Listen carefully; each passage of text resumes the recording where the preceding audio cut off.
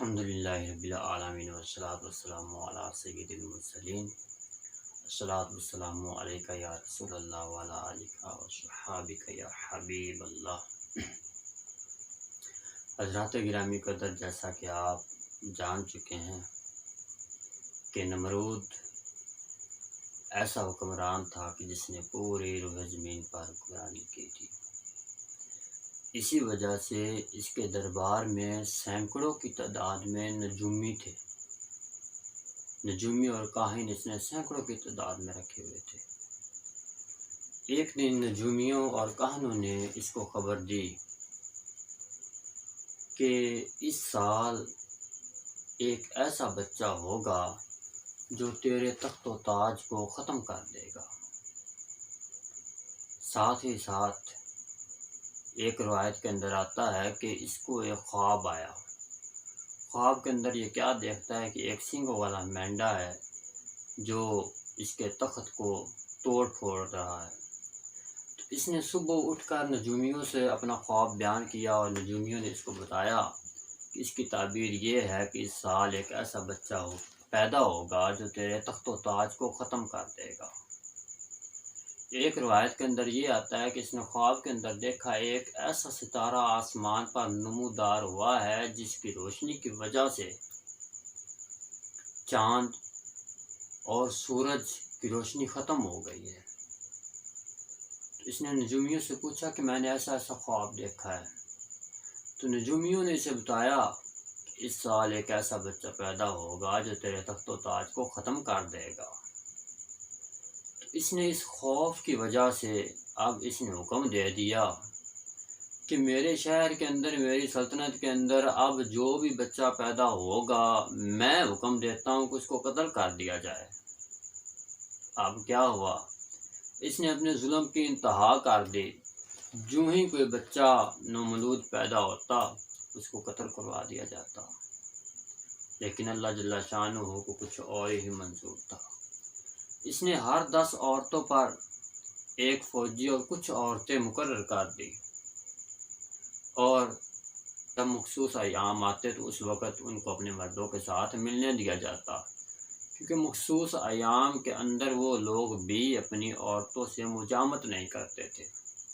لیکن حضرت ابراہیم علیہ السلام کی جو والدہ تھی، جب وہ آپ کے والد سے ملی تو آپ نے اس کو طہر کی حالت میں پایا، اور طہر کی حالت میں پایا اس طرح آپ نے حضرت ابراہیم علیہ السلام کی والدہ کے ساتھ جب ملاپ کیا تو صبح نجومیوں نے نمرود کو یہ خبر دی کہ تو جو اتنے ظلم و ستم ڈھا رہا ہے، جس کے لیے تو اتنے ظلم کر رہا تھا، ہم نے کیا دیکھا ہے کہ اب وہ بچہ اپنے والد کی پشت سے اپنی والدہ کے بطن کے اندر منتقل ہو چکا ہے۔ تو اب نمرود نے اور زیادہ کام کو تیز کروا دیا، اور ڈیوٹی اور فرائض جو تھے وہ زیادہ سخت کروا دیے کہ اب تو جو بھی بچہ پیدا ہوگا اس کو لازماً طور پر قتل کروا دیا جائے۔ اس نے ساری عورتوں کو، ایسی عورتیں جو حمل والی تھیں، ان کو ایک گاؤں کے اندر بند کر دیا، اور جو ہی کوئی بچہ پیدا ہوتا اس کو اسی وقت قتل کروا دیا جاتا۔ لیکن حضرت ابراہیم علیہ السلام کی جو والدہ تھی، ان کو دیکھ کر ایسا لگتا ہی نہ تھا کہ آپ کے ہاں بھی کسی بچے کی ولادت ہونے والی ہے۔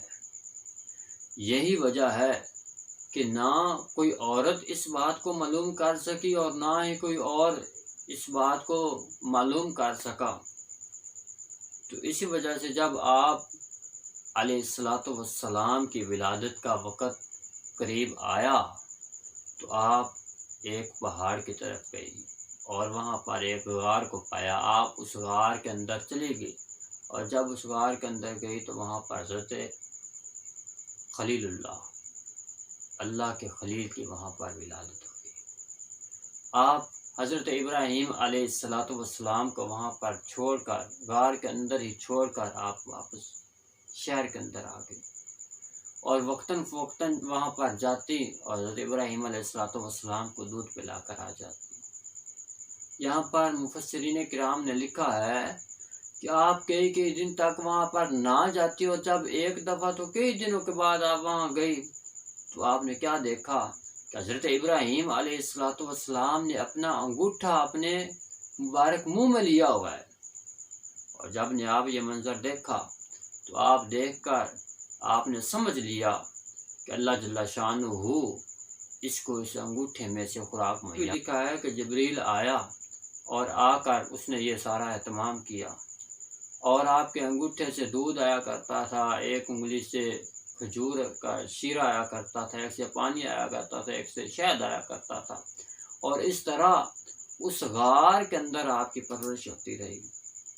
اور مفسرین کرام نے لکھا ہے کہ آپ 15 مہینے تک اس غار کے اندر رہے، کیوں نے لکھا کہ 7 برس تک اس غار کے اندر رہے، اور بعضوں نے لکھا ہے کہ 17 برس تک آپ اس غار کے اندر رہے۔ حضرات گرامی قدر، دیکھیے اللہ جس کو بڑھانا چاہے دنیا والے پھر مل کر آ جائے، کیوں نہ وہ ساری زمین پر ہی سلطنت کرنے والا کوئی ہو، لیکن جس کے ساتھ اللہ ہو پھر اس کو کوئی کٹا نہیں سکتا، اس کو کوئی زیر نہیں کر سکتا۔ یہی وجہ تھی کہ خلیل اللہ حضرت ابراہیم علیہ السلام کی جو پرورش تھی، دیکھیں وہ کس طرح ہوئی، اور پھر آپ علیہ السلام اس غار سے باہر آئے اور آ کر آپ نے کلمہ حق بیان کیا۔ حضرات گرامی قدر، دیکھیں یہ اللہ جل شانہ کی قدرت ہے، اور اس کی قدرت کے جو فیصلے ہیں وہ عقل کے اندر نہیں آیا کرتے۔ اگر بندہ اس کو سمجھنا بھی چاہے تو بندہ سمجھ نہیں سکتا۔ اسی کے ساتھ اجازت چاہتا ہوں۔ آمین بجاہ نبی الامین صلی اللہ تعالی علیہ وآلہ وسلم۔